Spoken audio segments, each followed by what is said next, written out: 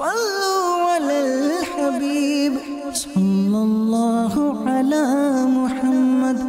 صلی اللہ علیہ وسلم۔ جمعہ کے روز کی ایک فضیلت سنیے کہ حدیث پاک میں ہے کہ جمعہ میں ایک ایسی گھڑی ہے کہ اگر کوئی مسلمان اسے پا کر اس وقت اللہ سے کچھ مانگے تو اللہ عز و جل اس کو ضرور دے گا، اور وہ گھڑی مختصر ہے۔ حدیث پاک میں ہے جمعہ کے روز جس ساعت کی خواہش کی جاتی ہے اسے عصر کے بعد سے غروب آفتاب تک تلاش کرو۔ صدر الشریعہ بدر الطریقہ امجد علی اعظمی رحمۃ اللہ تعالی علیہ فرماتے قبولیت دعا کی ساعتوں کے بارے میں دو قول قوی ہیں، یعنی جن اوقات میں جن وقت میں دعا قبول ہوتی ہے اس کے معاملے میں دو قول بہت مضبوط ہیں۔ ایک امام کے خطبے کے لیے بیٹھنے سے ختم نماز تک، اور دوسرا جمعہ کی پچھلی یعنی آخری ساعت غروب آفتاب سے پہلے لے لیں۔ تو اس کے لیے ایک کاش ہمارا یہ مدنی ذہن بن جائے میٹھے اسلامی بھائیوں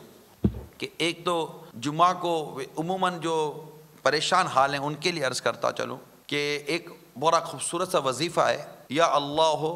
یا رحمان ہو یا رحیم ہو، کہہ لیں تمام اسلام میں دہرا لیں، یا اللہ ہو یا رحمان ہو یا رحیم ہو۔ یہ بہت پیارا وظیفہ ہے، جن کے بھی جائز کام اٹکے ہوئے ہیں اور وہ اپنے معاملات میں قبولیت دعا کے اوقات تلاش کرتے ہیں ان کے لیے بڑی اس میں دھارس ہے کہ یوں تو روزانہ عصر کی نماز کے بعد قبلہ رو بیٹھ جائے اور یہ وظیفہ پڑھتا رہے، یا اللہ ہو یا رحمان ہو یا رحیم ہو پڑھتا رہے۔ اس کی برکت یہ ہوئے کہ جب سورج غروب ہونے والا ہو اور اس کو سورج غروب ہونے کا یقین ہو جائے، اس وقت جو دعا کرے گا اللہ تعالیٰ اس کی دعا اپنی رحمت سے قبول فرمائے گا۔ مگر یہ وظیفہ جمعہ کے لیے بڑا خاص ہے، اس کو خاص اہمیت حاصل ہے، اور جمعہ میں خاص گھڑی جس میں دعا کی قبولیت کی بشارت بھی ہے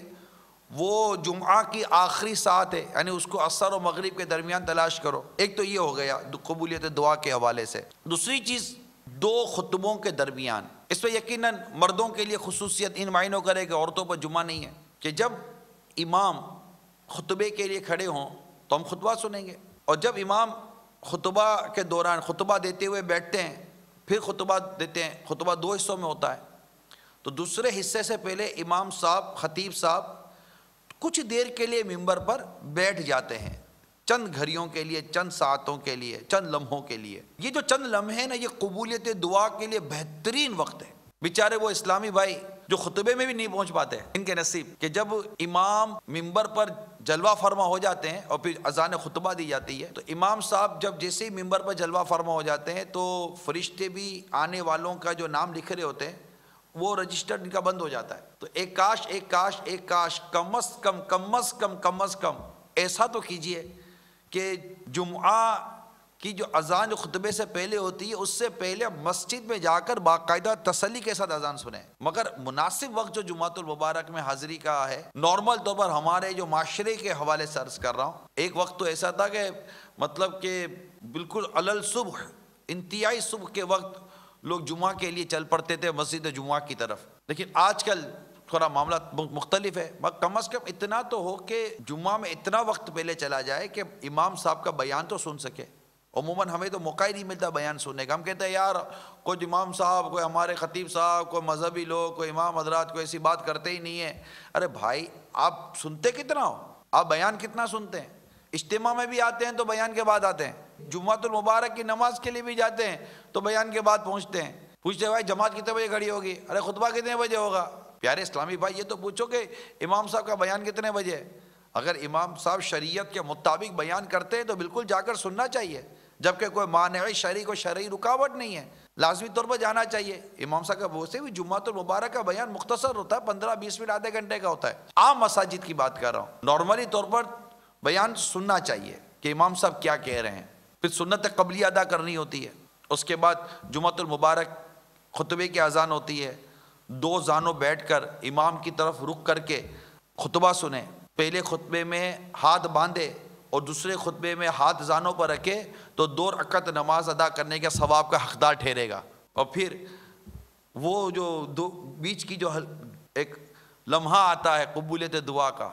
بس اس میں توجہ رکھے، اور بعض اوقات تو بڑا مختصر سا وقت خطیب صاحب دیتے ہیں، اللہ سلامت رکھے امیر اہل سنت کو کہ ان کے پیچھے ان کے ساتھ جب جمعہ ہوتا ہے تو تھوڑا سا وقت ملتا ہے. ماشاءاللہ بڑا پیارا خطبہ رضویہ دیتے ہیں امیر اہل سنت، اعلیٰ حضرت کا جو خطبہ ہے، اور پھر اس میں بیچ میں تھوڑا سا اتنا وقت ہوتا ہے کہ تسلی کے ساتھ کچھ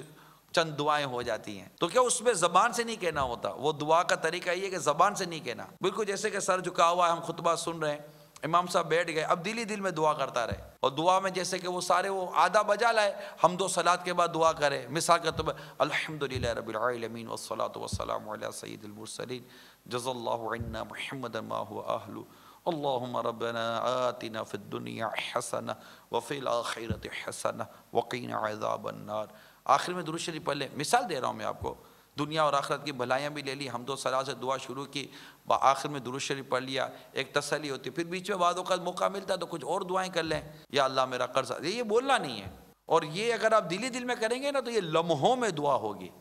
لمحوں میں دعا ہوگی، بالکل لمحوں میں دعا ہو جائے گی. بس آپ نے